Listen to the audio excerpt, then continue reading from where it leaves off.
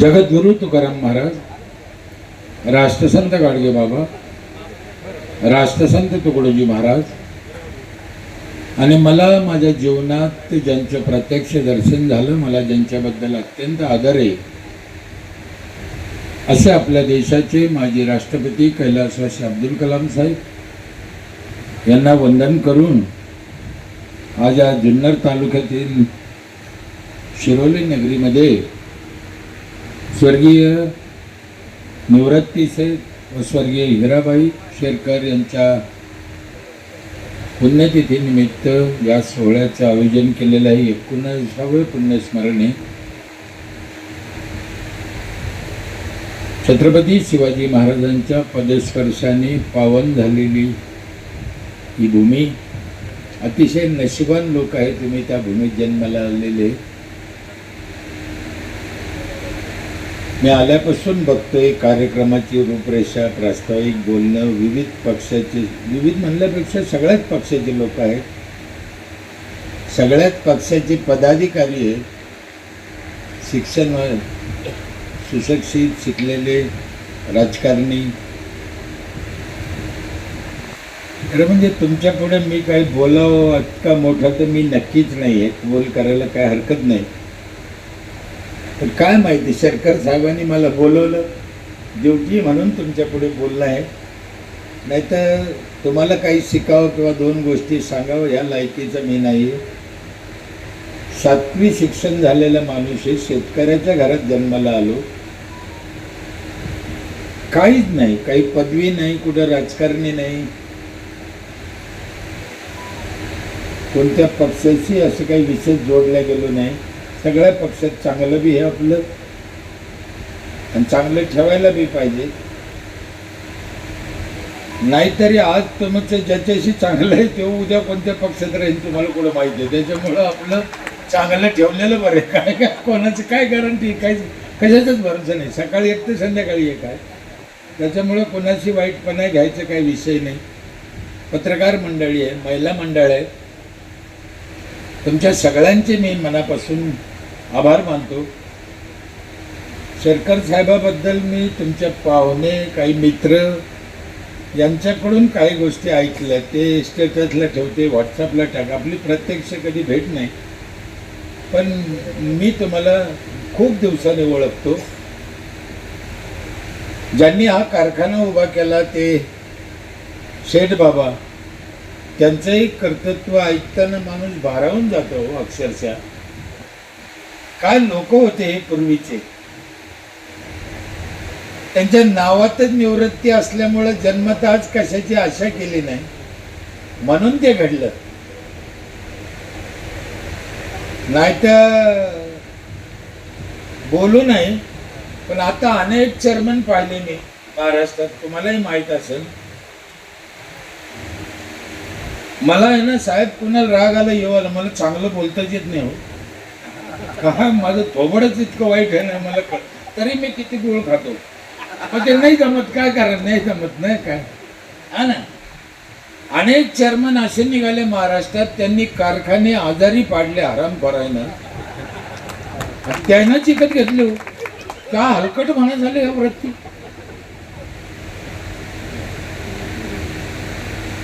का नाही बोलायचं, आणि आम्ही नाही बोलायचं, मग कोण बोलायचं. साहेब तुम्ही विचार करायची गोष्ट आहे ना. आजारी त्यानंच पाळला आणि इकत त्यानंच घेतला म्हणल्यावर चमत्कार नाही हो. आणि अशा काळात हा कारखाना टिकून राहतोय, लोकांचं हित पाहतोय. त्या कारखान्याचं नाव बी लय भारी हो, विघ्नार्थ. लोकांच्या सुखदुःखासाठी कायम जपतोय. किती कर्मचारी आहे, किती सभासद आहे. कारखान्याची कॅपॅसिटी 40 वर्षापासून हा कारभार. मी MD साहेबाच्या मुखातून सगळं ऐकलं. ते MD साहेब बी तुम्हाला फार चांगले लाभलेले, अभ्यास आहे त्यांचा, चांगले काम. तसे पश्चिम महाराष्ट्रात लोक सगळे चांगलेच. आमच्या मराठवाडा आणि विदर्भ लयच जायला नाहीच बेकार आहे. तिकडे काही कार्यक्रम असताना तुम्ही कसे बोलवले, सोनवणे साहेब बोलवले, बेंगे साहेब बोलवले, ताईला बोलवले, तिकडे आमच्या तिकडे बोललेले नसतं आणि बलीला बी असतं ते गेले नसते. अति हलकट लोक आमच्या तिकडे, निव्वळ स्वार्थ स्वार्थ. पुन्हा एकदा सगळ्यांचे आम्ही मनापासून आभार मानतो. पूर्वीचं औरंगाबाद, आत्ताचं संभाजीनगर जिल्ह्यात माझं गाव आहे. संभाजीनगरच्या अलीकडे नगर रोडवर 10 किलोमीटरवर गाव आहे, शहरात जायची गरज नाही. पाटोदा गाव, त्या गावानं 95 साली मला सरपंच केलं. अगोदर आमच्या गावात ग्रामपंचायत नव्हती. 95लाच ग्रामपंचायत स्थापन झाली आणि सुरुवातीला ग्रामपंचायत आमच्याकडे दिली. सलग 25 वर्षे दिली. त्या गावचे उपकार आहे की सलग 25 वर्ष काम करता आलं म्हणून ते शक्य झालं. नाही तर 1-2 वर्षात सोपं नाही. काय केलं आम्ही त्या गावात, असं विशेष काही नाही केलं. जे सगळ्यांनी करायलाच पाहिजे तेच केलं. पूर्वी ग्रामपंचायतीकडे पैसा पण नव्हता. पैसा हा विषयच नव्हता. ते 15 वित्त आयोग हे आत्ता आलं, ते मोदी साहेब आल्यापासून 15 वित्त आयोग आहे. नाही तर पहिले पैसा नव्हता. 100 रुपये पण ग्रामपंचायतीला मिळत नव्हते. सरपंचानं घरातूनच पैसे घालायचे, घरातूनच चहा पाजायचा, घरातूनच 4 लोक सांभाळायचे. एवढा असून ते निळू भाऊंना इतका नासून ठेवला सरपंच त्या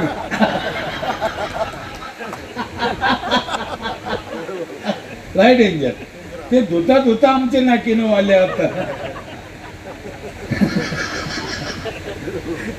ठीक आहे, त्यांना जसा दिसला तसा त्यांनी रंगीला. आता कदाचित आजच्या काळात ते असते तर आज त्यांनी बदलीला पण असता. ज्याची त्याची दृष्टी आहे, ज्याचा त्याचा विषय आहे. आज अनेक सरपंच इतकं चांगलं काम करते, तुम्हाला काय सांगावं. अनेक सरपंच आहे, तुमच्या भागात पण आहे, अख्ख्या महाराष्ट्रात आहे. मी फिरतोय ना, रोज देशभर जातो. 400-500 सरपंचाचं महाराष्ट्रात इतकं चांगलं काम आहे, तुम्हाला काय सांगावं. भयानक चांगलं आहे. जे आमदाराला जमलं नाही ते सरपंचाने इतके चांगले गाव उभा केलेले आणि करायला पाहिजे, ही त्यांची ड्युटी. मी एक 4-5 गोष्टीवर माझं जास्त फोकस असतं. तुम्हालाही सांगतो, सरपंचाने पाणी चांगलं दिलं पाहिजे प्यायचं, झाडं भरपूर लावले पाहिजे फळाचे, गावात स्वच्छता पाहिजे. दुसरं एक काम आहे, बाहेरचं खाणं टाळलं पाहिजे. आता लई गरज आहे. फार भेसळ आहे बाहेर, भयानक भेसळ आहे. ज्यांचे जगात मसाले आहे त्याच्यात बी कॅन्सर निघाला म्हणते.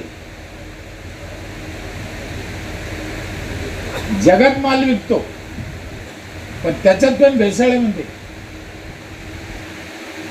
रेडीमेड मसाल्यामध्ये घोड्याची शी घालून येते, खायची तर खा.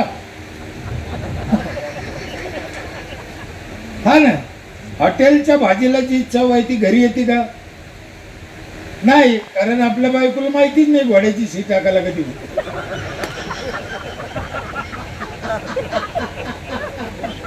ती तशी लागेलच कशी काय. मुलांचं शिक्षण चांगलं पाहिजे, संस्कार दिले पाहिजे, हे पंचायतीचे काम आहे. म्हाताऱ्या लोकांना जीव लावला पाहिजे. वयस्कर गावात मंडळी असते त्यांना जीव लावा, ते धन आहे आपलं. त्यांना काय कमी जास्त काय पडतं बोला तर घरी त्यांच्याशी. बाबा चहा घेता का, घेतली का, जेवले का, एवढं बोललं तर म्हातारा 2 वर्ष जास्त जगत. आणखीन एक काम आहे, हे काम का सांगतो मी, आमचं आयुष्य कमी होऊ राहिलं. रोज 50-60 वर्षात माणूस मरू राहिला. आपल्या आजोबा पंजोबा 100 वर्षे सहज जगत होते. तुमचं वय किती? 70. टकाटक आहे. सचिन तेंडुलकर बघा ना, 70 वाटतं का तुम्हाला? काय माझं 70 संपून गेलंय. पण आता नाही जगत. 50, 55, 60 मध्ये चालले. तर ह्या ज्या गोष्टी सांगितल्या हे काळजी न घेतल्यामुळे चालले. तुम्हाला जर 100 वर्ष जगा, रशियामध्ये जपानमध्ये 100 वर्षाचा माणूस काम करतो, जगतो नाही, काम करतो. आपण चाललो. जर तुम्हाला 100 वर्ष जगायचं असेल तर आणखीन एक काम आहे, तुम्ही करत असेल तर मी सांगतो, आणि त्याच्याशिवाय तुम्ही 100 वर्ष जगूच शकत नाही, हे त्रिवार सत्य आहे. ज्यांना 100 वर्ष जगायची इच्छा असेल, हौस असेल, त्यांनी मला साथ द्या, मी सांगतो. मग काय करू सांगू? महिला मंडळ जगायचं नाही 100 वर्ष. 100 वर्ष जगायचं असेल तर 7वं काम असं आहे, दुसऱ्यावर जळायचं नाही.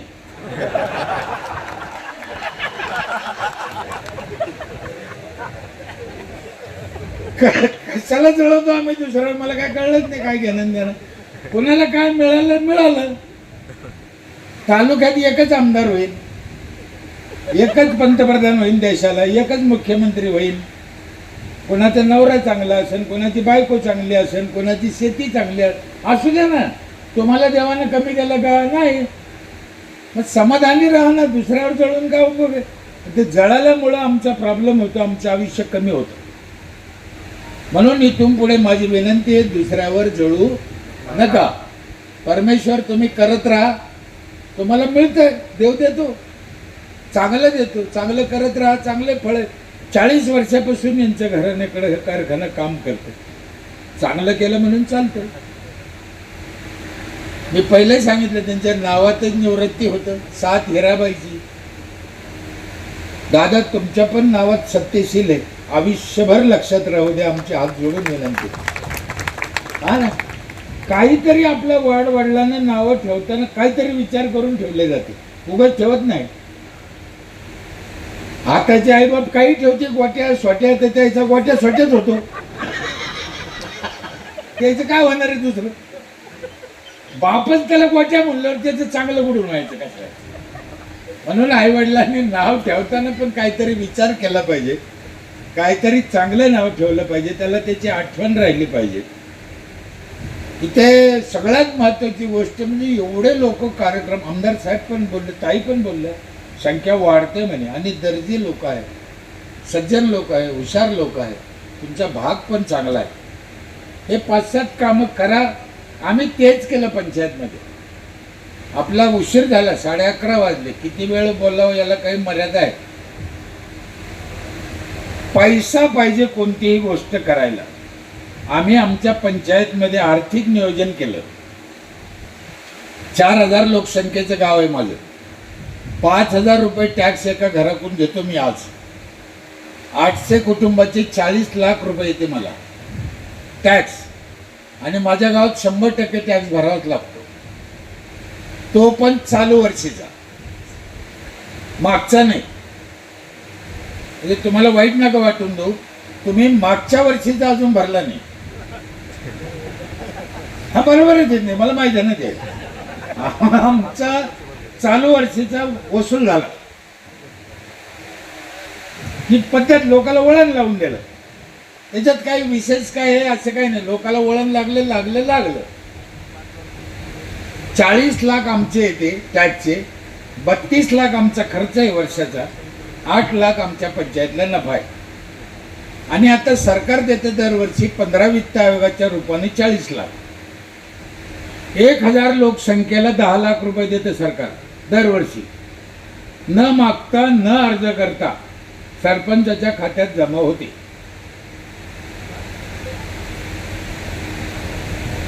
सरकारचे लोक लय हुशार राहते. एवढे पैसे द्यायचे, भारताला किती पैसा लागत असेल का अंदाज आहे त्याचा? यांनी चालू केलं, त्यांचे उपकार आहे, पण आता त्यानं बंद केलं. तुम्हाला माहिती आहे का नाही काय माहिती? 15 वित्त आयोग भाजपनंच चालू केलं, चांगलं केलं, पैसे द्यायला लागले. आधी पैसे नव्हते, पण आता यांनीच पैसे देणं बंद केलं. बंद केलं म्हणजे कसं केलं? पैसे देतो म्हणजे आम्ही, पण सरपंच ठेवत नाही. खर्चिंग कोण? अर्ध्या महाराष्ट्रात सरपंच नाही आहे आणि ग्रामसेवकाला अधिकार दिले नाही, मग पैसे कोण खर्चित? कळलं का नाही? कळलं? भाजपचं डोकं म्हणजे जगाच्या पुढचं डोकं. दिसून तर द्यायचं नाही, केल्याशी तर राहायचं. फार डेंजर आहे, फार डेंजर आहे, फार डेंजर आहे. साहेब 1 रुपया खर्च होईना ना, हा चमत्कार आहे. आणि इतका महाराष्ट्र नालायक आहे, कोणी बोला ना. का निवडणुका घेतल्या नसते बरं? काहीच कारण नाही. 73वी घटना दुरुस्ती केली, आम्ही साक्षीदार होतो दिल्लीमध्ये. सरपंच पदाची तारीख संपायच्या आधी 15 दिवस दुसरा सरपंच डिक्लेअर झाला पाहिजे, ही घटना दुरुस्तीतली केलेली तरतूद आहे. 6 महिने झाले,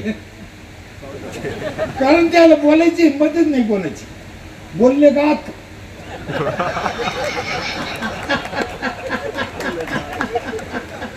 कोण बोलत? मांजराच्या घंटात घंटी कोण बांधली? आता आम्ही एवढं बोललो, काऊन बोललो? आत गेले का आणि बाहेर राहिले का? आमचं काय वगैरे. माझी सरकारला या निमित्तानं विनंती, हात जोडून की बाबा हो, निवडणुका घ्या. अहो, एका गावाला पाणी नव्हतं, पाणी पुरवठा मंत्र्याला लक्ष घालावं लागलं त्याच्यात. नाही तर बोला कोण? सरपंचच नाही ना, सदस्य नाही तर. सरपंच हा अतिशय गरजेचा आहे. आपल्या घटनेनं एवढी भारी तरतूद केलेली आहे. आमदार कुठेही उभा राहता येतो, खासदार कुठेही राहता येतो. सरपंचाचं तसं आहे का? सरपंच त्याच गावाचा लागतो. मग काहून दिलं घटनेनं हा अधिकार? साहेब, तुम्हाला एक गुपित गोष्ट सांगतो. सरपंच जर कुठाला चालला असता तर ह्या आमदार लोकांना आंध्रातून आणले असते. ये तुम्हाला सरपंच बरं. आपला सरपंच झाला नसता, डायरेक्ट आणले असते. म्हणून घटनेचे उपकार आहे का आपल्या गावातला सरपंच आहे, तुमचं सुखदुःख तुम्ही पाहिजे. या भागातलं दुःख तुम्हाला जेवढं कळू शकतं ते आम्हाला कळू शकतं का? नाही कळू शकत. म्हणून शासनाने लवकरात लवकर सरपंचाच्या निवडणुका घेतल्या पाहिजे आणि सरपंच बसला पाहिजे. पण ते प्रशासक बी नाही ना, नुसतं सरपंच नाही असं नाही, प्रशासक बी नाही. आता ते कोणतरी कोर्टात गेलं, कोर्टाने त्याला स्टे दिला, म्हणजे सरपंच नाही आणि प्रशासक बी नाही, म्हणजे कारभार ठप्प, काहीच करता येत नाही. किती वाईट आहे. चला ठीक आहे, आज न उद्या प्रश्न सुटन, मार्गी लागन. आम्ही त्या गोष्टी गावात देण्याचा प्रयत्न केला. 5,000 रुपयात आम्ही एवढ्या गोष्टी देतो. पाणी काहून चांगलं प्यायचं तर पाणी खराब झालं, सगळ्याचं झालं. कारखान्याचं पाणी पाण्यात सोडलं, ड्रेनेजचं पाणी पाण्यात सोडलं, संडासचं पाणी पाण्यात सोडलं, मेलेल्या माणसाची राख पण पाण्यात टाकली. इकडं कुठे टाकते? पाण्यातच टाकते. ती राख प्यायला चालत नाही, तरी आम्ही पाण्यात टाकतो. लय कबाल. कोणी बोलेन मग आम्ही त्या राखीचं काय करावं? माझी आई वारली, मी नाही टाकलं. 100 वर्षाची होती म्हातारी, 105. 5 खड्डे केले, 5 खड्ड्यात थोडी थोडी राख टाकली, त्याच्यात 5 झाडं लावले. आईची आठवण राहिली, पाणी चांगलं राहिलं, नेऊन टाकायचे 500 वाचले. किती सोबत. पाण्यात नाही टाकावं, माझी हात जोडून विनंती. एक चिमूटभर राख घेतली अशी, 2 बोटाच्या चिमटीत माईन अशी गिलासभर पाण्यात टाकली आणि एखाद्या मावशीला प्यायला दिली. पी बाई, तो आहे नवऱ्याचं आहे, पेन नाही प्यायचं. मग लोकांच्या पाण्यात पोतभर कशी काय टाकते हरामखोर? तेव्हा लाज नाही वाटत? नको टाकू ना. चांगली गोष्ट. कोणी म्हणा आमची प्रथा आहे पहिल्यापासून. आता अनेक प्रथा सोडून दिल्या. आता पोरी कटिंग करते का नाही? मग त्या पोरीची आजी कटिंग करीत होती का? प्रथा कुठे गेली? ज्या चांगल्या प्रथा आहेत त्या ठेवा, ज्या चांगल्या नाही त्या सोडून द्या. पाणी सगळ्याचं खराब झालं म्हणून आता एकच पर्याय आहे, पाणी फिल्टर करून पिणे. आणि एक माणूस पिऊ शकत नाही म्हणून ग्रामपंचायतनं देणे. ही ग्रामपंचायत बार पुढं काऊन येते? एक माणूस कसं करी? झाडं भरपूर लावा, फळाचे लावा. तुमच्या भागात चांगले झाड आहे, तुमच्या कारखान्यावर पण खूप झाड आहेत, त्यातले त्यात फळाचे लावा. पेरू, आंबा, सीताफळ, नारळ, फळं लावा, झाडं खाऊ द्या. हे आंबे आहे बघा ना, तुम्ही झाड लावलं, आंबा थोडी तुम्ही लावला. आंबा त्याला निसर्गाने दिला. किती भारी. माझ्या गावात यावर्षी कमीत कमी रस्त्याला लावलेल्या नारळाच्या झाडाला 2.5 लाख नारळ निघाले. 2.5 लाख. आणि तो आकडा 5 लाखावर जाणार आहे 2-3 वर्षात. सरकारी जागेवर सरकारच्या पैशाने लावलेले झाड 5 लाख नारळ गाव खाते. आणि एवढे झाडं लावले म्हणून प्रतिभाताईनं पाठीवर हात टाकला आणि पुरस्कार द्याला 25 लाखाचा. आणि नारळ कोण खात? आम्ही. जागा द्यायची, पैसा द्यायचा, पुरस्कार आम्हाला, नारळ आम्हाला. तरी गाव करीत नाही. झाडे लावा, फळाचे लावा, फळाचे.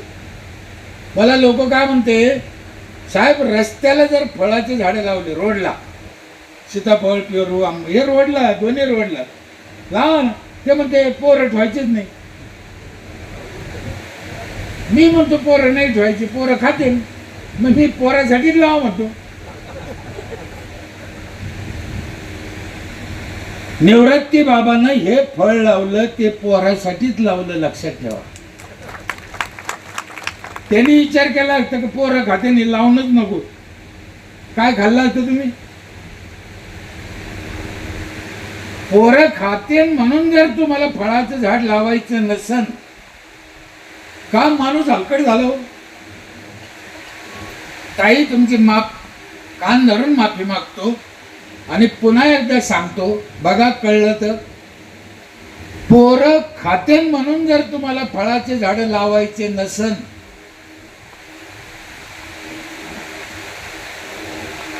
मग एवढा कुटाणा केलाच कशाला?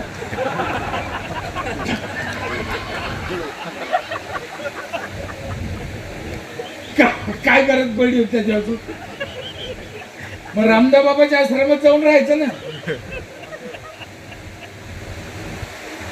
झाडं लावा, झाडाशिवाय पाऊस पडत नाही. हे देवाला पाणी घातल्यानं कधीही पाऊस पडत नाही, लक्षात ठेवा. आम्ही वारकऱ्याची अवलाद, काहीतरी सांगायचं. काय आमच्या जगद्गुरु तुकाराम महाराजांनी सांगितलं, वृक्ष बंद्याम, झाडाशिवाय पर्याय नाही. देवाला पाणी घालायचं जरूर घाला, पण त्याने पाऊस पडत नाही. कोकणात 3000 पडतो, आमच्याकडे 300 पडतो. काहून? कोकणातलं देव लोकांवर देव कृपा आहे का? नाही, झाड आहे. केरळला काहून पडतो? आणि देवाला पाणी घातल्यानं पाऊस पडला असता तर पाकिस्तानला कधीच पडला नसता. तिथे देवाला पाणी घालते का? मग कसं काय पडतो? काहीतरी लोकांच्या डोक्यात भंकस कल्पना घालून द्यायच्या आणि समाजाला आळशी बनायचं. आळशी, समाजाला आळशी करायचं ना आपली पोळी भागायची. हे लय लोकांचे धोरण आहे, पण ते चुकीचं आहे. छत्रपती शिवाजी महाराजांच्या अगोदर बी माणूस झाला नाही, नंतर बी माणूस झाला, त्याला माणूस म्हणणं पण पाप आहे. आपल्या देशात 33 कोटी देव आहे म्हणते. किती? मी माई खरी शपथ खाऊन सांगतो माझ्या मुलीची, मला 33 कोटी देवापैकी देव दिसत नाही, छत्रपती शिवाजी महाराज सोडून. हे देव काय विचार, काय वागणं, काय बोलणं, काय राहणं, समाजाच्या कल्याणाच्या काय गोष्टी, तेव्हा शेतकऱ्याच्या हिताच्या, रयत्याच्या हिताच्या, गावागावातल्या लोकांच्या समस्या जाणून काम करत सोपी गोष्ट नाही हो. पण आम्ही शिकलो नाही त्यांच्यापासून. आम्ही फक्त मोठेपणासाठी महाराजांचा वापर करतो. त्यांचे विचार घेऊन वागण्याचा आम्ही विचार केला पाहिजे. म्हणून झाडं लावा. ऑक्सिजन प्राणवायू म्हणते त्याला, प्राणवायू नाव आहे त्याला ऑक्सिजनला. 28 किलो ऑक्सिजन लागतो रोज आपल्याला. 28 किलो. एक झाड देते 7 किलो. जगायला 4 झाडं लागते. हे कोरोना आलता ना साहेब, कोरोना आजार नव्हता. कोरोना म्हणजे ऑक्सिजनचा तुटवडा. ज्या ज्या जागी ऑक्सिजन नाही मिळाला, भवरा तयार झाला, ती त्याला गेला. हे यानं काय नाव द्या म्हणून दिलं. दवाखान्यात नेऊन माणसाला काय करीत होती कोरोना झालेलं? दुसरं काहीच नाही. सोपं सांगू, ज्याची रेंज गेली तो गेला. आपली रेंज जाते ना काही काही ठिकाणी, आपण वर हिंडतो, इकडे चकडवर जातो, घरावर जातो, रेंज गेली गेला. पुण्या मुंबईत जास्त लोक का मेले? झाडं कमी, लोकसंख्या जास्त. खेड्यात कमी काऊन मेले? झाडं बरे, लोकसंख्या कमी. म्हणून झाडं लावा. कोण्या दिवशी कोरोना येईल. कोरोना मागे एकदा आला होता, त्या सत्यवानला कोरोना झाला होता. सत्यवान माहिती का? सावित्रीचा नवरा साहेब, त्याला कोरोना झाला होता. झाला अहो, त्याला ऑक्सिजन मिळाला. ती बाई हुशार, सावित्री, त्याला ओढीत ओढीत आणलं, वड्या खाली टाकलं. बरोबर आहे, त्याला ऑक्सिजन मिळालं, ते जगलं. हे सोपं आहे ना. हे आमच्या पागल ओढलंय भारी, ओढलंय भारी, काय तर म्हणे त्याला द्वाराच गोंधळली. काहीच नाही, ओढायचं नाही, याचा दुसरा संबंध. मला वेळ मिळाला ते शेवटी सांगत नाही. तुम्ही आठवण करा, मी जेवढा वरून काळा आहे ना, त्याच्या 10 पट आतून काळा आहे. हरामी आहे. आणि सरपंच हरामीच पाहिजे. हे भोळ्या बाबड्या सरपंचाचं, तुकाराम महाराज सारख्या सरपंचाचं काही खरं नाही. सरपंच बदमाश, हे गावातले 4000 रानडुकरं सांभाळायची कोणाचं काम आहे का? म्हणून सरपंच हरामी पाहिजे, हरामी. मी लय वेळेस सांगितलं, सरपंचाशिवाय हे काही खरं नाही. आणि सरपंचाशिवाय देश बी महासत्ता होऊ शकत नाही, हे राज्यकर्त्यांनी ध्यानात ठेवलं पाहिजे. म्हणून सरपंचाला, ग्रामपंचायतीला त्रास द्यायचा नाही. त्यांच्याशिवाय देश महासत्ता होऊच शकत नाही. चांगले निर्णय होते, अनेक गोष्टी चांगल्या आहेत, पण खूप करायचं आहे आपल्याला, खूप करायची गरज आहे. गावात स्वच्छता ठेवा. कोणतंच गाव झाडून घेत नाही हो. काही गावं 1947 पासून झाडून नाही घेतले. सगळं गाव झाडूनच घेत नाही, कारण त्यांची अर्थव्यवस्थाच बिघडलेली आहे. याला मुख्य कारण आहे अर्थव्यवस्था. स्वच्छतेच्या बाबतीत आम्ही लय माग आहे. सरपंचाने हर गावाला, हर माणसाला शिकायचंय. आपण जेवायच्या आधी हात धुतो का ताई? हात पुसतो का? याला जुन्या कपड्याला काय उपयोग झाला हात धुवून? त्या हॉटेलमध्ये ती एकच टावेल राहतो, सगळ्यांनी पुसा. महिला मंडळाचं तर लईच अवघड आहे. तुम्ही जेवायच्या आधी हात धुता तर पुसित काय आला है ना?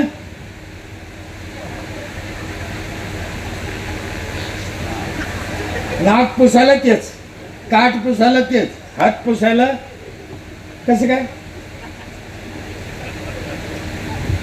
हे जरी बारीक गोष्ट असली, पण हे न शिकल्यामुळे हे प्रॉब्लेम झाले. नखं काढायचं जीवर येतं आमच्या. आमच्या ह्या क्षेत्रातल्या गुरुजींना आम्हाला शिकलेलं सांगतो. तुम्हाला तुम्ही सगळे सुशिक्षित लोक आहे म्हणून सांगतो. त्यांनी आम्हाला एक गोष्ट सांगितली, बोटात अंगठी घालायची नाही म्हणे, लय घाण गुतती. आणि लई हाऊस असन तर डाव्या हातात घालायची नाही.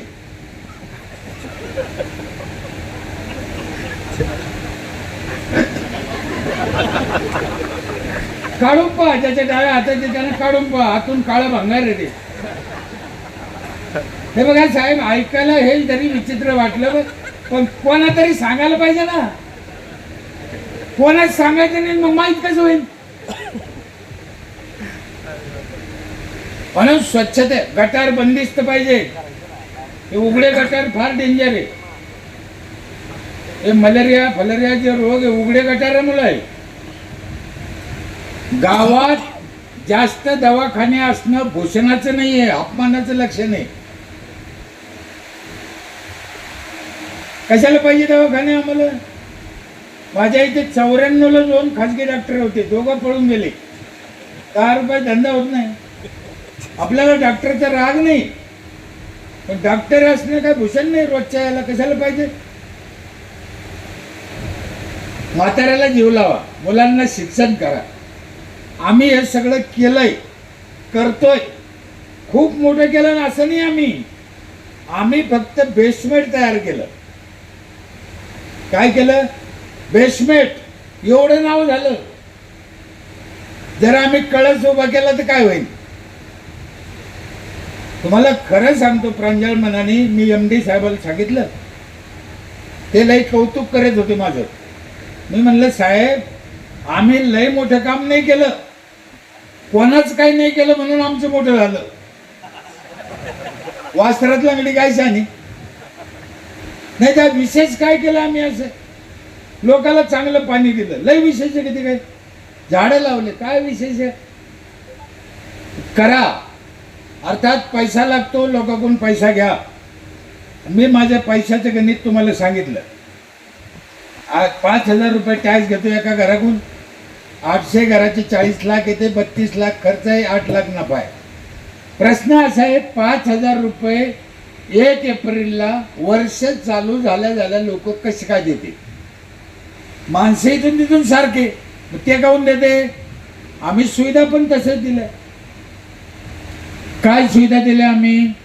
माझ्या इथे 4 नळातून पाणी येते एका घराला. 1 नळातून नाही. 20 वर्ष झाले 1 मिनिट नळ बंद नाही. 4ही 1 मिनिट बंद नाही. पहिलं पाणी हे जमिनीतलं आमचं बोरचं, जुन्या भांड्याला. दुसरं पाणी हे आम्ही जायकवाडी धरणावरून घेतलेलं, म्हणजे MIDC नेलं, MIDC आम्ही विकत घेतलं, ते लोकांना दिलं. ते 3ऱ्या मजल्यावर जातं पाणी बगर मोटरचं, इतका फोर्स आहे. 24 तास. दुसरं पाणी झालं. तिसरं पाणी आहे 20 लिटरचा एक जार एका घराला रोज फिल्टर. साधारण एक जार केवढ्याला येतो?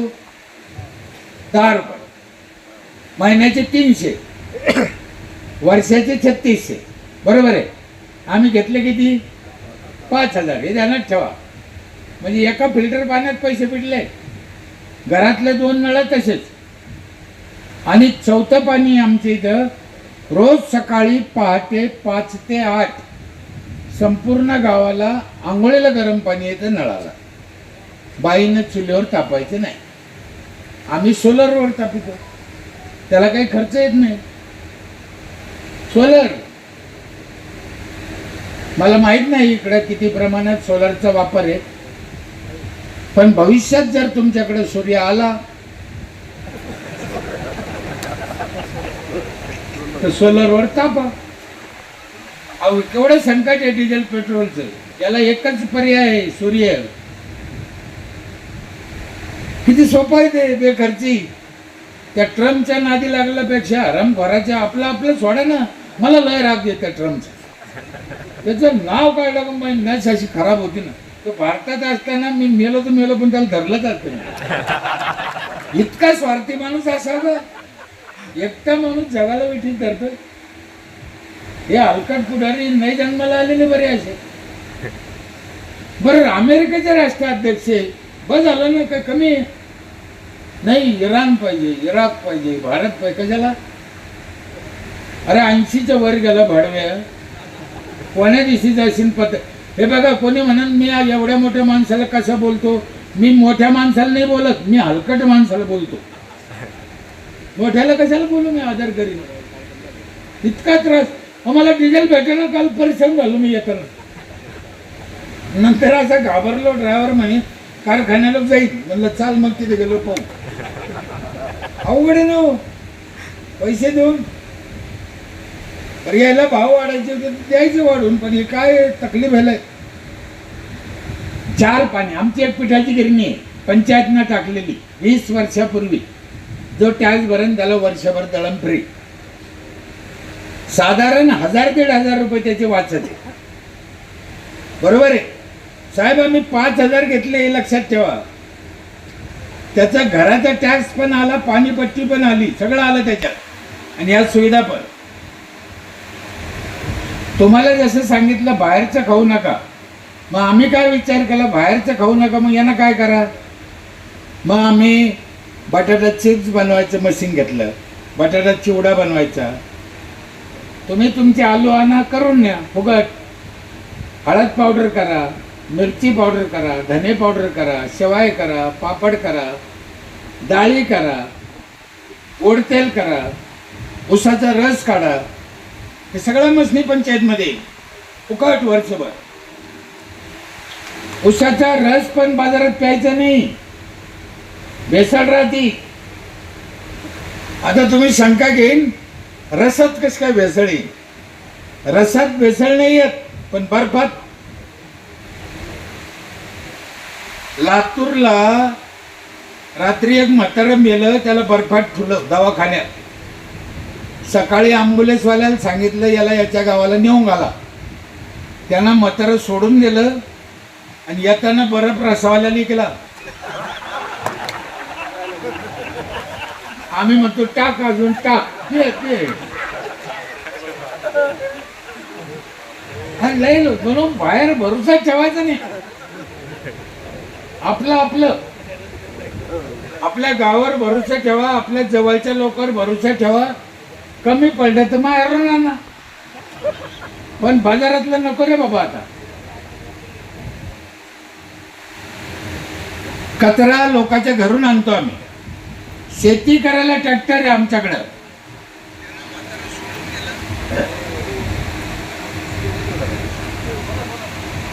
सरपंच लोकांना माझी हात जोडून विनंती आहे की शेती करायसाठी ट्रॅक्टर खरेदी केले पाहिजे. सरपंचाला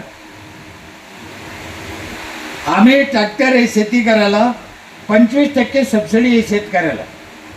म्हणजे बाहेर जर 2000 रुपये एकर नांगरायला असेल तर आमचं पंचायतचं ट्रॅक्टर 1500 रुपये एकरने नांगरीत. डिझेल ड्रायव्हर आमचं. 5 एकर त्यांना नांगरलं तर 2500 रुपयाचा त्याचा फायदा होतो. आम्ही तोट्यात जात नाही. 1500 आमचा खर्च निघतो, उलट फायदा द्या आम्ही. पण ट्रॅक्टर घ्यायला काय हरकत आहे? सरपंच यायला गावच्या लोकांची शेती करा ना. एखादा सरपंच म्हणा ट्रॅक्टरला पैसे कुठून आणू, समाज मंदिराला कुठून आणले, काय फायदा आहे समाज मंदिराचा? बर ते समाज मंदिर बी शाळेचं वेगळं, कोळ्याचं वेगळं, माळ्याचं वेगळं, मराठ्याचं वेगळं, दलातीचं वेगळं. अरे काय करता त्याला? फुकट पैसे चालले आमचे. पण काही फायद्याच्या गोष्टी घ्या, उद्योगाच्या गोष्टी घ्या. एक धीरूभाई अंबानी काय करू शकतो, सरपंच करू शकत नाही. आपण जिथं बसलोय जे वैभव पाहतो हे एका सरपंचानेच करेल. सरपंच करू शकतो, करा. सरकारच्या भरोश्यावर बसल्यापेक्षा आपलं आपलं करा. आपण करा, सोडू नको. संपूर्ण गावच्या महिलाला सॅनिटरी नॅपकिन फ्री आहे. फक्त 1-8 आहे. 4 ठिकाणी मशीन ठेवलेले आहे आम्ही. अंगणवाडी, शाळा, पंचायत असे 2 अंगणवाड्या. ही महिलाने वापरल्यानंतर तिथं आणून डिस्पोज करायचं. हा कडक नियम आणि करते आमच्या इथल्या महिला. मी इथून दंडवत करतो त्या माऊलीला. साहेब हा विशेष आहे. सॅनिटरी नॅपकिन फुकट देणं विशेष नाही, वापरणं विशेष नाही, आणून तिथे जाळणं हे विशेष आहे. हे शिकलेले लोक नुसते वापरते, फेकून देते. चुकीचं आहे. ते आरोग्य आपलं सगळ्याचं बिघडत चाललंय, त्याचे कारण कोणी शोधितच नाही. सगळ्या गावाला वायफाय फ्री आहे. सगळ्या म्हणजे जे टॅक्स भरीन त्याला. पैसे किती घेतले आम्ही? 5000. लक्षात ठेवा. 7 वर्ष झाले माझ्या गावातले गरीब निराधार म्हातारे, ज्यांना मुलं नाही, गरीब आहे, पोरं सोडून गेले, पोरं चांगले नाही, असे 40 म्हातारे पंचायत सांभाळते. खाणं पिणं, कपडा लत्ता, दुखणं बाणं, चप्पल बूट स्वेटर शाल सगळं देते त्या म्हाताऱ्याला. आणि विशेष म्हणजे त्या कामाला लोकांना देणगी लय दिली. म्हणजे लोक किती चांगले पहा. आज माझा वाढदिवस आहे, माझ्याकडून 2000 घ्या. आज माझ्या बापाची पुण्यतिथी आहे, आमच्याकडून 5000 घ्या. त्याच्यात खर्चायला म्हणजे समाजाला किती चांगल्या गोष्टी मान्य आहे बघा, पण आम्ही पुढं होत नाही, करीत नाही. माझे रस्ते चांगले, ऑफिस चांगले, शाळा चांगल्या, अंगणवाड्या चांगल्या. आमच्या तिकडे गावामध्ये 15 फुटाचा रोड असेल तर दोन्ही बाजूंना जर जागा सोडत नाही आम्ही. 30 फूट जागा आहे, 30 फुटाचा रोड. 4 फूट जागा आहे, 4 फुटाचा रोड. 8 फूट जागा आहे, 8 फुटाचा रोड. जागा सोडायचीच नाही. जागा सोडली का बाबरी मस्जिद झाली. गावात वाद होते, भांडणं होते, कशाला सोडायची. आणि आपण तिथे सिमेंट रोड केला, ब्लॉक बसवले तर लोकांना कळतं हे पंचायतचं आहे, तो पुढे येत नाही, अतिक्रमण होत नाही.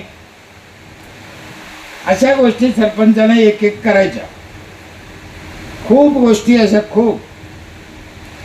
कचरा लोकांच्या घरून आणतो आम्ही, आमचा ट्रॅक्टर आहे, दर घरी जातो, दर घरी रोज कचरा घेऊन येतो, त्याचं खत करतो. प्लास्टिक वेगळं घेतो आम्ही. कचऱ्यात खत द्यायचं नाही, प्लास्टिक द्यायचं नाही. महिला मंडळ हात जोडून विनंती आहे, प्लास्टिक कचऱ्यात टाकू नका, प्लास्टिक जाळू नका. जाळलं तर तुम्हाला कॅन्सर होतो. आणि फेकायचं नाही, जमा करून ठेवायचं. तुम्ही म्हणून त्याचं काय करा, सरपंचाची दारी नेऊन टाका. तू पाहिन काय करायचं. आम्ही लोकांना सांगितलं कचरा बाजूला द्या, लोक काय ऐकत नाही. मग एक पिशवी केली आम्ही पंचायतच्या नावाची, हो ठीक. ती पिशवी दिली दर बाईला, प्रत्येक बाईला एक पिशवी दिली. हिच्यात ठोजाय प्लास्टिक आम्ही घेऊन जाऊ, तरी बाया ऐकत नाही. काय करा, प्लास्टिक कचऱ्यात, पिशवी बाजाराला. मग आता 3 वर्षांनी काय केलं आम्ही, साहेब 20 रुपये किलोनं प्लास्टिक विकत घेतो लोकांकडून. एक तुकडा फेकीत नाही आता. बाया एवढ्या हुशार झाल्या, तिचं तर ठुतीच.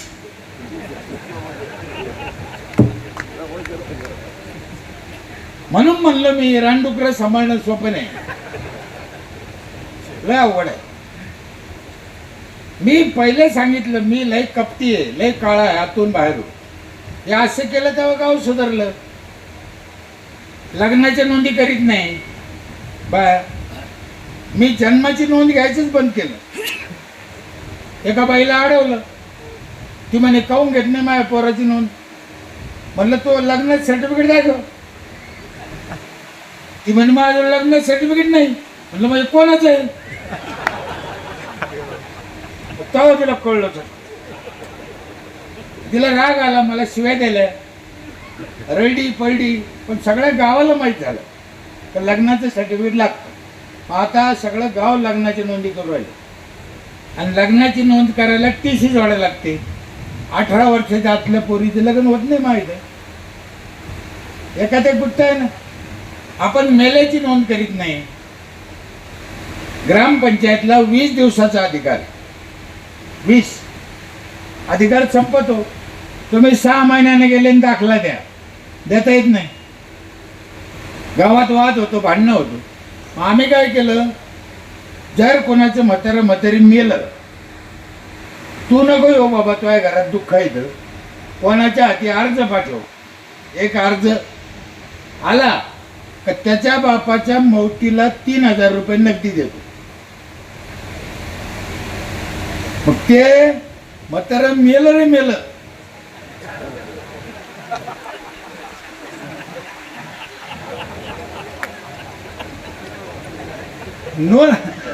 नोंद सरपंच हरामी पाहिजे. हे बघा, साप मेला पाहिजे, काठीने मोडली पाहिजे. अहो एवढे देऊन आम्ही 8 लाखाला नफे दे, मग द्यायला काय हरकत आहे, द्या. काय प्रॉब्लेम. 15 वर्ष झाले आमच्या इथे सरपंच झेंडावंदन करत नाही. कोण करतं, जी बाई पहिल्या दिवशी पहिली पावती फाडीन 1 एप्रिलला, तिच्या हातानं 15 ऑगस्टचा झेंडा होता. 4 महिलाच्या हातानं 4 झेंडावंदन होते आमच्या इथं. बाया खुश हो. मार्च महिन्यात पैसे घेऊन मिळते.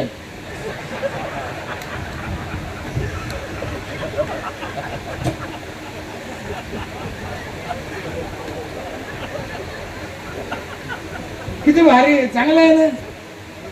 काय आपल्याला डोक्याला ताण आहे. पण हे करताना तुम्ही डोकं वापरायचं, आणि डोकं वापरून काम केलं तर होतं. या गोष्टी करायच्याच. गावातले लोक आहे, चुलते काका मामा, यायच्या संग वाद करून प्रश्न सुटत नाही. तुम्ही छत्रपती शिवाजी महाराजांची नीती अवलंबा, तुमचं काम सोपं होईल. हे सोपं आहे.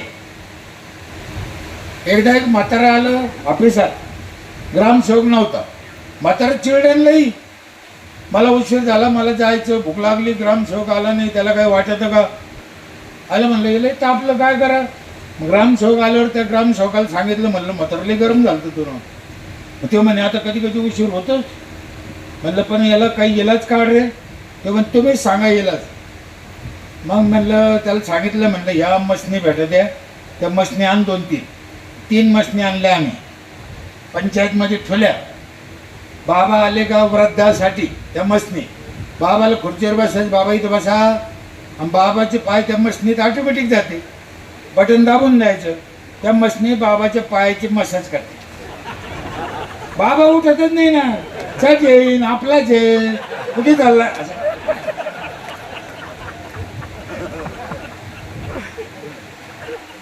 हे करायचं सरपंचाना. पण अहो गावातल्या वाडवडिलाचे पाय सुद्धा सरपंच दाबू शकतो, आणि दाबायलाच पाहिजे. म्हातारा माणसाचं राग काय करते का. मी लय लोकांना सांगितलं म्हाताऱ्याला जेव घाला, म्हाताऱ्याचं ते आम्हाला शिकिते. म्हातारं घाण राहतं, म्हातारं खाजीतं, म्हातारं असं करतं, म्हातारं पुढं ठोकतं, बिड्या पेतं, तंबाखू खातं, काही बोलतं. हा बा म्हातारं झाल्यावर असं करतं माणूस, त्यात काय विशेष काय. पण मला एक सांगा, तुमच्याकडे आहे की नाही आहे मला माहित नाही, पण आमच्याकडे आहे. इतकं जर म्हातारं घाण आहे तर निवडणुकीच्या दिवशी काय नवरा होता का दिवस, त्याला उचलून आणलं भाडव्या.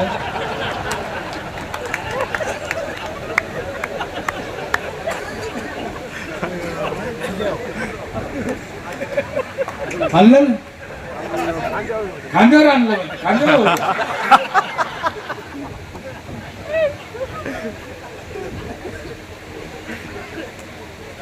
ठीक आहे, आम्ही चांगला शब्द नसेल वापरला, आम्ही हलकट आहे. तुम्हाला काय समजायचं त्याच्यातून समजा, काय शिकायचं ते शिका. म्हातारा हे धन आहे आपल्या देशाचं, लक्षात ठेवा. म्हणून अंतकरणापासून सांगतो, त्याला जीव लावा, त्याला सांभाळा. हे काय कशाचे लक्षण आहे. हे नाही तर आम्ही शून्य. नसताना एवढं आहे तर असताना तुम्ही काळजी नाही घ्यायची, घ्यायलाच पाहिजे. प्रत्येक माणसानं या जुन्या धनाची किंमत केली पाहिजे, त्यांना सांभाळलं पाहिजे, त्यांची व्यवस्था केलीच पाहिजे. मग ते कोण्या जातीचा असो, कोणाचाही असो. आम्ही या सगळ्या गोष्टी केल्यामुळं 42 CCTV कॅमेरे आहे माझ्या इथे, सगळं गाव दिसतं. बाई घराच्या बाहेर निघली का पहिले पदर घेते, नाही तर त्या मेल्याला ऑफिसात दिसतं. तुमच्या इथे पण 48 कॅमेरे दिसले मला. CCTV कॅमेरे गरज आहे, विज्ञानाबरोबर चाललं पाहिजे. माझ्या इथे 27 ठिकाणी बेसिन आहे हात धुवायला रस्त्याला. हो, रस्त्याला बेसिन पाहिजेच हो, त्याला थुकायचं कुठं. आपण जनरली काय करतो, इथं थुकू नका, मग कुठे थुका. इथं कचरा टाकू नका, मग कुठे टाका. इथं लघवी करू नका, मग पॅन्डीत करा. करा कुठं. मग इथं लघवी करा, इथं कचरा टाका, इथं थुका असं लिहा ना. हे सोपं सोडून देते. आम्ही 27 ठिकाणी बेसिन केले, प्रत्येक बेसिनवर लिहिलं इथं थुका.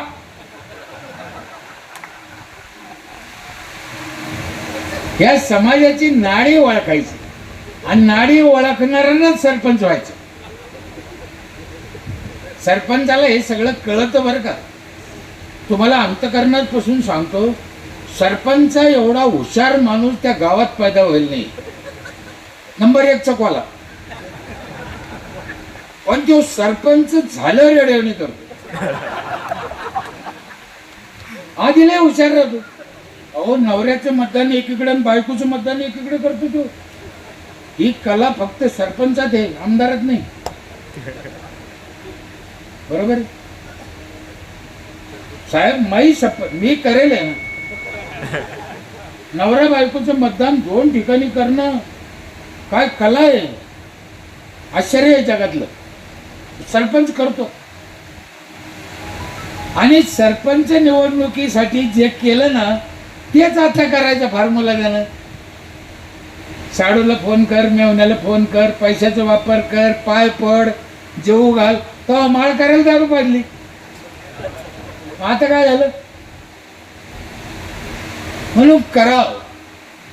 सरपंचाला अभ्यास पाहिजे, वेळ पाहिजे, त्याच्याकडे ज्ञान पाहिजे, लढायची ताकद पाहिजे. सरपंचाच्या जीवावर आमदार होतो, आमदाराच्या जीवावर सरपंच होत नाही. म्हणून सरपंचाने सरपंचाची ताकद ओळखली पाहिजे. लय ताकद आहे सरपंचात, भयानक. मी एकदा रिलायन्स वाल्याचं केबल खोदायचं होतं, साध्या रस्त्यानं, जमिनीच्या रस्त्यानं. JCB चालू होतं. मी अडवलं, बोललं काय काम चालू आहे? मला वाटलं शेतकऱ्याची पाईपलाईन आहे. ते म्हणे रिलायन्सचं केबल आहे. अरे म्हणलं बंद कर, रिलायन्सचं केबल. आणि मला माहित नाही सरपंचाला, गावात खुदरायला मग रोड नव्हता, मातीतून. ते असं तसं बोल. म्हणलं पहिले बंद कर, नाही तर मार खाशीन घेण्याचा. तो काय संबंध? बंद केलं. त्यानं साहेबाला फोन केला. त्याच्या साहेब मला फोनवर बोलू राहिलं, म्हणे द्या त्याच्याकडे. म्हणलं मी नाही घेत फोन. तो आज साहेबाला मला ऑफिसात येऊ द्या. ते दुसऱ्याच्या ऑफिसात आलं. काहून बंद केलं? म्हणलं आम्हाला विचारलं का तो आमच्या शिवारात काम करू राहिलं, खोदू राहिलं तर? म्हणे नाही. म्हणलं मग परवानगी घे ना, आम्ही देतो तुला परवानगी. ते जरा रागरागच गेलं. इकडे जाय तिकडे जाय, आमदाराकडे गेलं, शिवाकडे गेलं. ते सगळे म्हणे भाऊ दुसरीकडे असतं तर आम्ही बोललो असतो. तिथं काही खरं. त्याने काय सांगितलं म्हणे, त्याने अर्ज करायला सांगितलं. तू कर म्हणे, तू डोका लावूच नको म्हणे. त्या आला, त्यानं अर्ज केला, द्या म्हणे परवानगी. आता मीटिंग म्हणजे ठेवीन. मला कुठं अक्कल होती याचं काय करायचं? मग शिवसाहेबाला फोन केला. म्हणलं शिवसाहेब असं असं काम अडीलं मी, आता त्यांना अर्ज दिला, आता काय करू? शिवसाहेब म्हणे त्याच्या अर्जाची झेरॉक्स आणि तुम्ही एक अर्ज द्या म्हणे, का आम्हाला मार्गदर्शन करा, मग आम्ही तुम्हाला कळवू म्हणे काय करायचं. दोन्ही पत्र पाठवले जिल्हा परिषदला. जिल्हा परिषदनं एक बांधकाम खात्याचा इंजिनियर पाठवला. माझ्या शिवारात कुठून कुठ लोक जातं ते खोदकाम ते पाहिलं, मोजलं. अर्धा किलोमीटर होते ते मातीतलं खोदकाम. आणि आम्हाला पत्र दिलं की त्यांच्याकडून 2,35,000 घ्या, त्यांना युनिव्हर्सिटी द्या. माई शपथ, मुलीची शपथ, मला काही अक्कल नव्हती द्यायची. मग तुम्ही विचार करा हे काय चाललं असेल देशात. लय अवघड आहे ना. आम्हाला ज्ञानच नाही, पंचायतीच्या अधिकाराला चॅलेंजच नाहीये. आम्हाला नेट दिलं या सरकारनं, पंचायतला नेट. केंद्र सरकारचं काम नीट आहे का? काम केंद्र सरकारचं. आमच्या जिल्हा परिषद सदस्यानं टेंडर घेतलं आमच्या, आणि पंचायतला नेट द्यायचं. याच्यात काही खोटं दिसतं तुम्हाला पुढं? आता काम सरकारचं, जिल्हा परिषद सदस्यानं टेंडर घेतलं, आमच्या पंचायतला वायर द्यायचं, ते खोदीत आलं, माझ्या शिवारात आलं, मी आडीलं ना, म्हणलं नाही खोदायचं. ते म्हणे मग कसं का? म्हणलं हे जे गावात नुकसान होईल रस्त्याचं, सिमेंट रोड खोदला जाईल, तू याचे पैसे कोण भरेल? तो म्हणे मी दुरुस्त करून देईन. म्हणलं तसं नाही. म्हणे मग? म्हणलं इंजिनियरला आण, त्याच्याकडून सर्वे कर, तो किती नुकसान होईल तेवढे पैसे पंचायतला भर, तू दुरुस्त नको करू, आम्ही करून घेऊ. ते म्हणे असं तर कुठंच पाहिलं नाही मी. म्हणलं नाही पाहिलं तर वापस जा. आमचा जिल्हा परिषद सदस्य साहेब लय हिंमत लागत याला. आणि ती हिंमत कधी येते माहिती आहे? एकाच गोष्टीवर येते, जर तुम्ही कशात दबेल नसले तर, नाही तर ती ताकद तुमच्याकडे येऊ शकत नाही. 25 वर्षे एक हाती सत्ता होती, कोट्यवधी रुपयाचे कामं झाले, मला 5-7 कोटीचे पुरस्कार मिळाले. 5 मुली आहे, मला मुलगा नाही. 5ही मुलीची शपथ खाऊन सांगतो, 25 वर्षात 25 रुपयाचा लफडा केला नाही, करायचं नाही. तेव्हा ती ताकद तुम्हाला येते, नाही तर येत नाही. सोपं नाही ते. काय पैसा पैसा.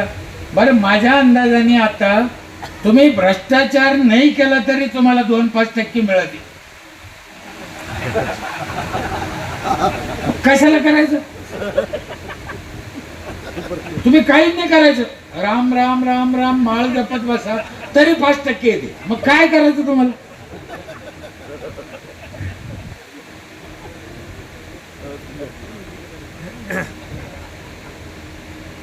हे जगातलं सत्य आहे, बोलायचं मोकळं, काय त्याच्यात काय आहे तर आहे.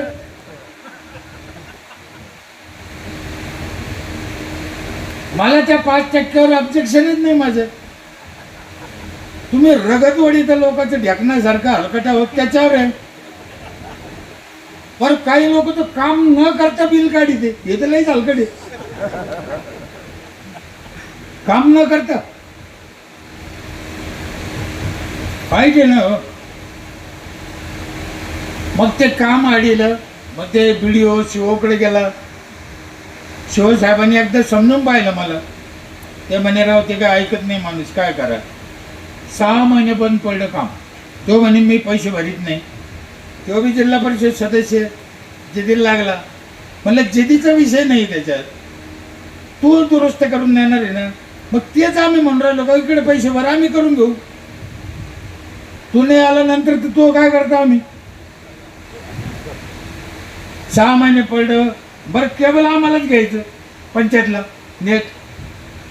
शेवटी शिवसाहेबांनी एकदा फोन मला बोलिलं, आणि साहेब लय दिवस झाले काम बंद पडलं, काही करा. बरं माझ्यापासून पुढं जायचं उजून ते रोखलं. काही करा म्हणे, मार्ग काढा त्याला आणि ते केबल जोडा. म्हणलं साहेब एक मार्ग आहे. म्हणजे काय? म्हणलं ते नवीन मशीन निघालं म्हणते, ते खालूनच वायर घाली तर खालूनच काढ, वर नुकसान होत नाही. आता शिवसाहेबाला माहीत होते, ते लय महाग आहे, खर्चिक काम आहे म्हणे, आपल्याकडे मशीनी कमी आहे, बाहेर आहे. लहान पडून होईना. त्याला पहिलं त्याला सांगितलं ती मशीन, तो म्हणे मी नाही आली. साहेब म्हणे आणायच लागेल ते मशीन तुला. त्याला दमबाजी केली सदस्याला. 1 महिन्याच्या बाद त्यानं ते मशीन आणलं. माझ्या गावापासून 1.25 किलोमीटर, ऑफिसपासून 1.25 किलोमीटर मागं काम बंद पडेल होतं. किती? 1.25 किलोमीटर. ते मशीन तिथं लावलं 1.25 किलोमीटर. तुम्हाला माहीत असेल कदाचित या गोष्टी सगळ्या, कारण तुम्ही चांगल्या भागातले लोक आहे. जेच तिथून वायर घातलं त्यांना, तर आमचा ऑपरेटर जिथं बसतो ऑफिसात त्या खोलीत तिथंच निघालं. 1 रुपयाचे नुकसान नाही. जग किती पुढे गेलं विज्ञान, आपण विज्ञानाचा फायदाच घेत नाही. त्याने गणित प्रयत्न करून पाहिले, इकून तिकून जमलं नाही. म्हणून आमदार साहेब म्हणत होते ना टोकायचं पाहिजे, मी टोकायचंच आहे. ऐकतच नाही. स्मशानभूमी नव्हती ना, तुम्ही रस्त्यावर म्हातारा आड जाळलेलं होतं. आड उभं नाही, आड रस्त्यात पण झालं. आणि एकच रस्ता गावाला जायला. 3 दिवस ती राख उचलल्याची ते वाटच बंद होती. कलेक्टर आले, पोलीस आले, धमक्या दिल्या, जलात टाकू असं म्हणलं. टाका. ते म्हणे तुम्हाला स्मशानभूमी असताना तुम्ही इथं का जाळलं? म्हणलं मला अशा गप्पा नको शिकू. स्मशानभूमी कुठे बोटन दाखव. उद्या दाखवतो म्हणे. पेपर घेऊन आले. म्हणे गट नंबर 2 ही तुमची स्मशानभूमी आहे, 1 एकर. म्हणलं साहेब हे ठीक आहे, मला तसं सांगूच नका. स्मशानभूमी कुठे बोटन दाखवा.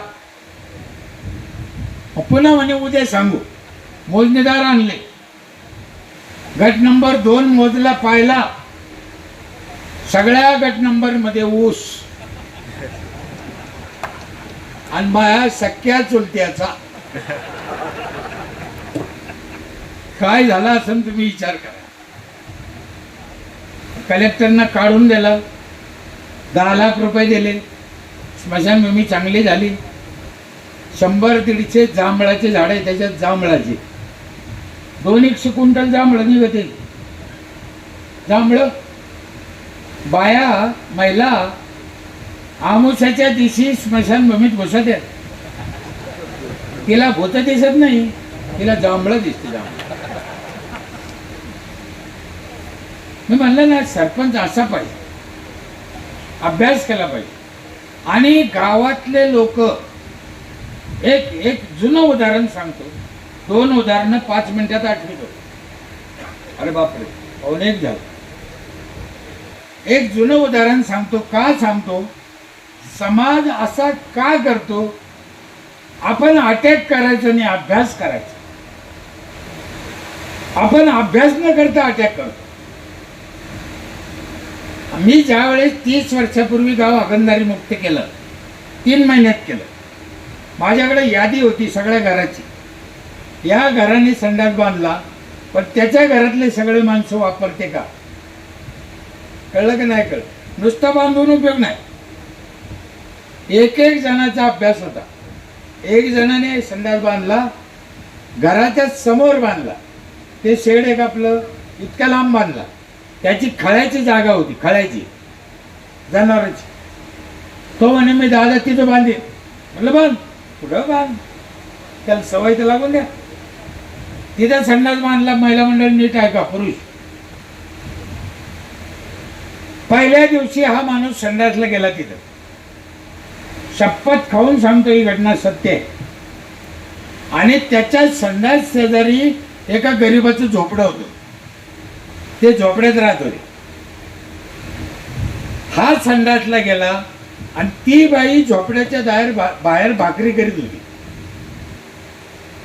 काय योगायोग बघा, नीट अभ्यास करा. ती बाई भाकरी करीत होती. तो आवाज याला येत होता, म्हणून याला संडास होईना.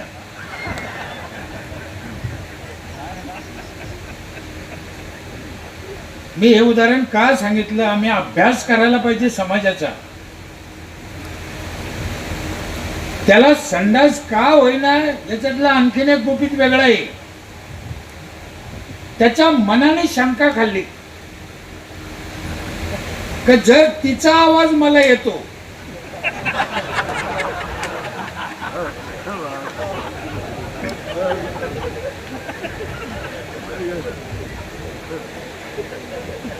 आणि त्याने दुसऱ्याची जायचं बंद केलं ना, आमची माणसं म्हणे दादा तू 1 दिवस गेला आता जात नाही. अरे मला हे काय गडबड झाली? आता विचारा तू सांगायचं नाही.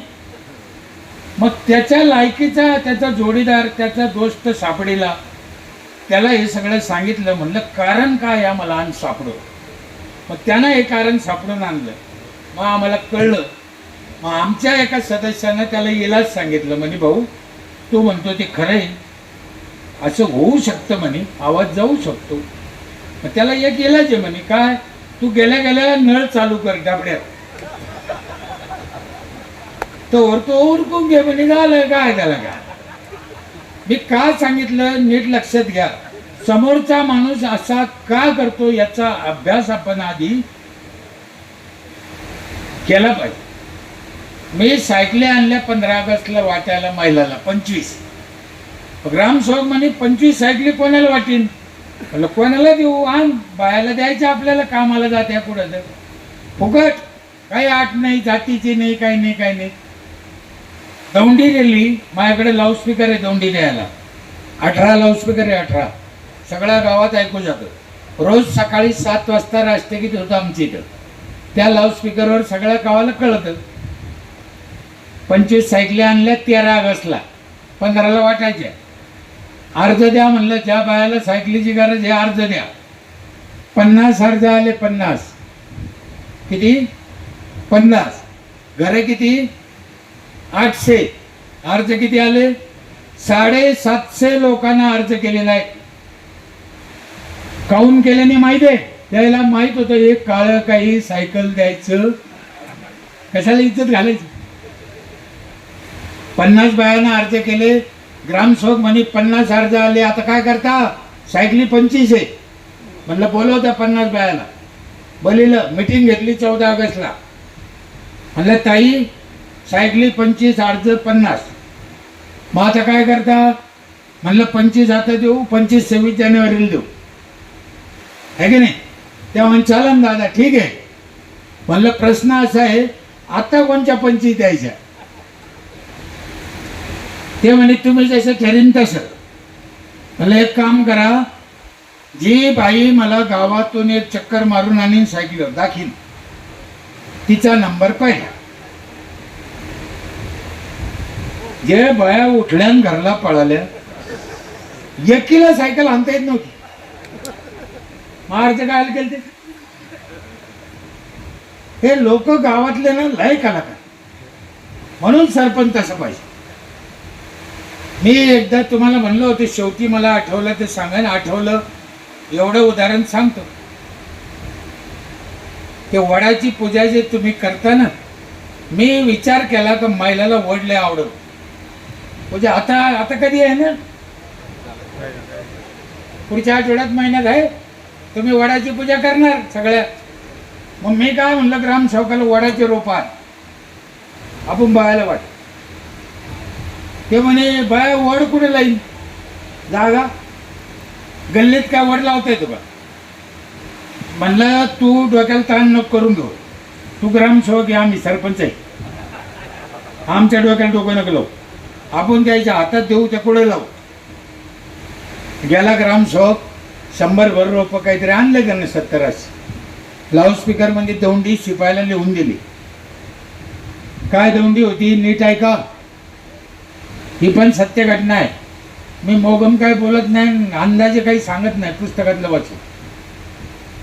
दौंडी अशी होती, उद्या वड सावित्री पौर्णिमा आहे, त्याच्यासाठी ग्रामपंचायतनं वडाचे रोप आणले.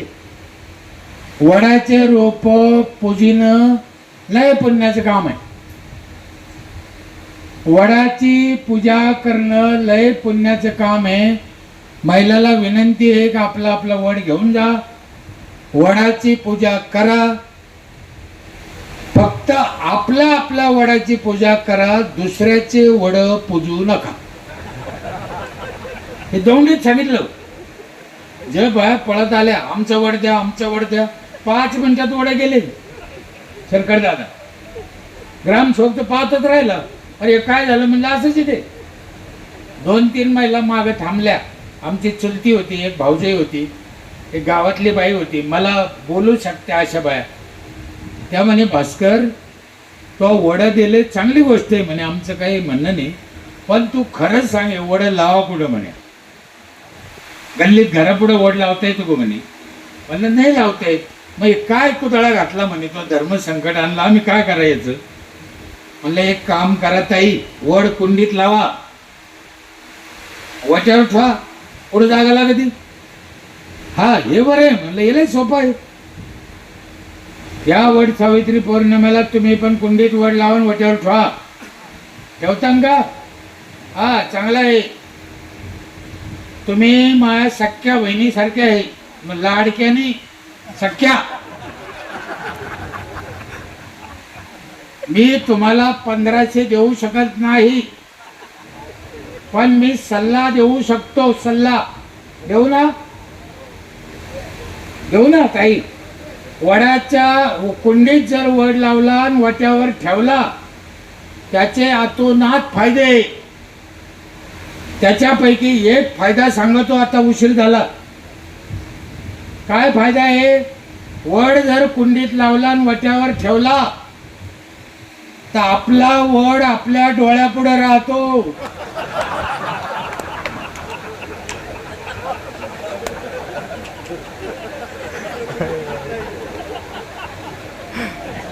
जर वड्या खोड्याला लावला तर त्याला लय पारुंब्या फोटा द्या.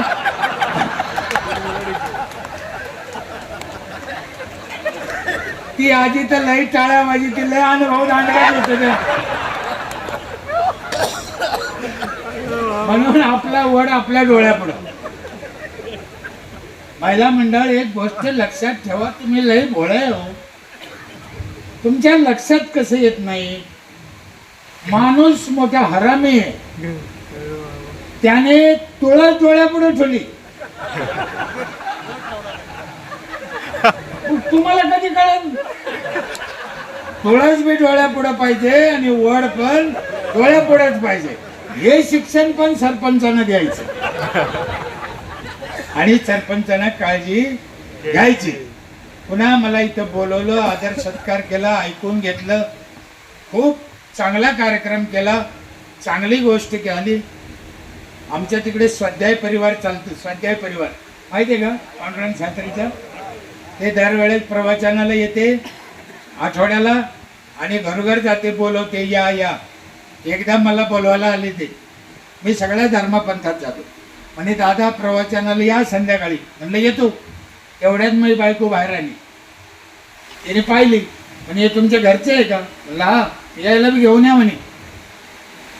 म्हणलं घेऊन येईन. तर माझ्या बायकोची व्याख्या तुम्हाला काय सांगा. मी कितवी शिकलेला आहे? 7वी. ती माझ्यापेक्षा 7 वर्गानं माग आहे. जगातली नंबर 1 ची भोळी. लग्न झालं, तिला स्वयंपाक येत नव्हता, साडी नेसता येत नव्हती दादा. मी निंदा नाही करत तिची, ती जशी आहे तशी होती. त्यात काय, आता का हुशार झाली, मला शिकिती ऐकून ऐकून. सगळ्याच्याच शिकित होते, ती शिकित. अक्कल असू का नसू, बाई शिकिती एवढं चांगलं आहे. पण हा ना, कोणाची बायको शिकिती चांगलं आहे. आता ते घेऊन या म्हणलं या बाईला कसं काय नाही गावात. आता तिलाच भोळी होती ना, तिला काही कळतच नव्हतं. नेलं, मंदिरापुढे बसलो. कार्यक्रमाला उशीर होता. ती ताई काय म्हणे, आयोजक दादा 15 मिनिटा उशीर आहे, आपण एक खेळ खेळू. म्हणलं काय खेळ आहे? म्हणे जोडी जोडीचे खेळ. अरे बापरे, म्हण जोडी जोडीचे खेळ म्हणजे हिचे संग खेळ खेळायचा. गेलं मेला सरपंच तो आता. हो काही खरं नाही. पण म्हणलं गेलाच बी नाही. पण म्हणलं खेळ समजून सांगा आम्हाला, सत्य घटना आहे. त्या ताईने खेळ समजून सांगितलं. महिला नीट ऐका तुम्ही पण. तो खेळ असा होता, महिला एका बाजूने बसल्या, पुरुष एका बाजूने लईने. महिलाला लक्ष्मी म्हणत होते, पुरुषाला नारायण. लक्ष्मी नारायण. तो खेळ असा होता, लक्ष्मीला एक प्रश्न कानात विचारायचा, 1 2, आणि तिच्या नावानं उत्तर लिहून घ्यायचं. तिने जे उत्तर दिलं ते तोच प्रश्न तिच्या नवऱ्याला विचारायचा. गपचिप त्यांना उत्तर द्यायचं, ते लिहून घ्यायचं. दोघांचं उत्तर सारखं आलं पाहिजे. खेळ कळला का? यानं काय उत्तर दिलं त्याला माहित नाही, पण उत्तर सारखं आलं पाहिजे. उदाहरणार्थ, बाईला विचारलं आपल्या देशाचे पंतप्रधान कोण? बाईने सांगितलं राहुल गांधी. नवऱ्याला विचारलं आपल्या देशाचे पंतप्रधान कोण? यानं सांगितलं नरेंद्र मोदी. उत्तर चुकलं. दोघांचं एक नाही आलं, मार्क नाही. दोघांना सांगितलं लालू प्रसाद यादव. तर उत्तर बरोबर आहे 10 पैकी 10. कळलं का?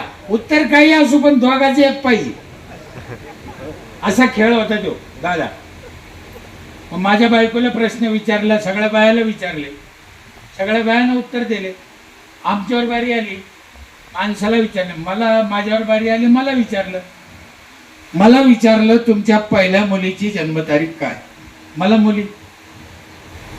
माझ्या पहिल्या मुलीची जन्मतारीख होती 1183. पहिल्या मुलीची जन्मतारीख 1183. आता सांगायची तो खेळाचा नियम काय आहे, दोघांचे एक आलं पाहिजे ना. अरे म्हणलं आता हिनं काय सांगितलं असेल. चांगला विचार केला आणि मी उत्तर देऊन टाकलं. म्हणलं मला काय माहित नाही भाऊ. 100% बरोबर आलं. तेच सांगितलं होती ना, मला काय माहित नाही. वास्तविक पाहता 1183 हे उत्तर मला माहित होतं, पण मी सांगितलं. त्याचं कारण असं आहे की मला माझ्या जोडीदाराला घेऊन चालायचं होतं. या जगात तुम्ही किती शिकले याला काही मान नाही. या जगात तुमच्यापाशी किती पैसा आहे यालाही काही मान नाही. मग या जगात तुम्हाला किती जणाला घेऊन चालता येतं त्याच्यावर तुमची किंमत आहे. मी पहिला चेअरमन पाहिला खाली बसलेला. ही घेऊन चालायची जी तुमची ताकद आहे, परमेश्वर तुम्हाला कमी पडणार नाही. माणसाला लागतच काय हो, स्वतःपेक्षा जगाच्या कल्याणाची इच्छा करत राहा आयुष्यभर. जे का रंजले गांधले त्याशी म्हणे जो आपण. देव तिथंच आहे. कोणी काही म्हणलं तरी जायचं अंबानीला पण आहे, जायचं मोदी साहेबाला पण आहे, जायचं तुम्हाला पण आहे, जायचं आम्हाला पण आहे. कशासाठी कमवायचं आणि चोऱ्या करून काऊन कमवायचं. उत्तम व्यवहारे जोडून या धन. महाराजांनी सांगितलं तुमच्या. आम्ही महाराजांचेच पायीक आहे, आम्ही छत्रपतीचे पायीक आहे. जगाचं ज्ञान जर कोणी दिलं असेल तर ते तुकाराम महाराजांनी दिलं. इतकं सोपं आणि साधं ज्ञान जगात नाही आहे कुठं. एक अभंग कैक लाख कोटी अब्ज कोटीचा आहे. सरपंचानं गाथ्याचा अभ्यास केला पाहिजे, ज्ञानेश्वरीचा अभ्यास केला पाहिजे. विकास हा गाथ्यात दळलेला आहे. विकास कोणी म्हणाल हे येडं आहे काय, हो विकास गाथ्यात आहे, विकास ज्ञानेश्वरीत आहे. म्हणून आम्ही गाथा ज्ञानेश्वरीचा अभ्यास केला पाहिजे. छत्रपती शिवाजी महाराजांचे विचार जोपासले पाहिजे आणि या समाजाला घेऊन चाललं पाहिजे. खरा तो एकची धर्म जगाला प्रेम अर्पावे. म्हणून साहेब तुमची जी ही वृत्ती आहे, सगळ्या पक्षाच्या लोकाला बोलिलं, विविध क्षेत्रातल्या लोकाला बोलिलं, त्यांच्याशी प्रेम टिकून ठेवलं. तुम्ही एकमेकाशी निवडणूक अपोजिट लढले सगळे, तरीही पण आज एकत्र बसले. ही तुमच्या तालुक्याची खासियत, ही तुमच्या पुढाऱ्याची खासियत. असेच एका विचारानं राहा. तालुक्याच्या गावाच्या विकासासाठी एकत्र या. राजकारणाच्या ठिकाणी राजकारण राहून द्या. तुमच्या प्रगतीला मी आशीर्वाद द्यायची गरज नाही. तुमचा विघ्नहर्ता समर्थ आहे. पुन्हा एकदा बोलायच्या नादात एक अर्धा शब्द चुकीचा गेला असेल, कान धरून माफी मागतो. इथंच थांबतो. जय हिंद, जय महाराष्ट्र. धन्यवाद पेरे पाटील साहेब. विघ्नहर परिवाराच्या वतीनं आपल्याला धन्यवाद देत असताना आपण खऱ्या अर्थानं एक 2 मंत्र या निमित्तानं दिले. 100 वर्ष जगण्याचा मंत्र आपण या निमित्तानं दिलाय आणि झाडे लावा आणि झाडे जगवा हाही मंत्र या निमित्तानं आपण दिलाय. कार्यक्रमाच्या निमित्तानं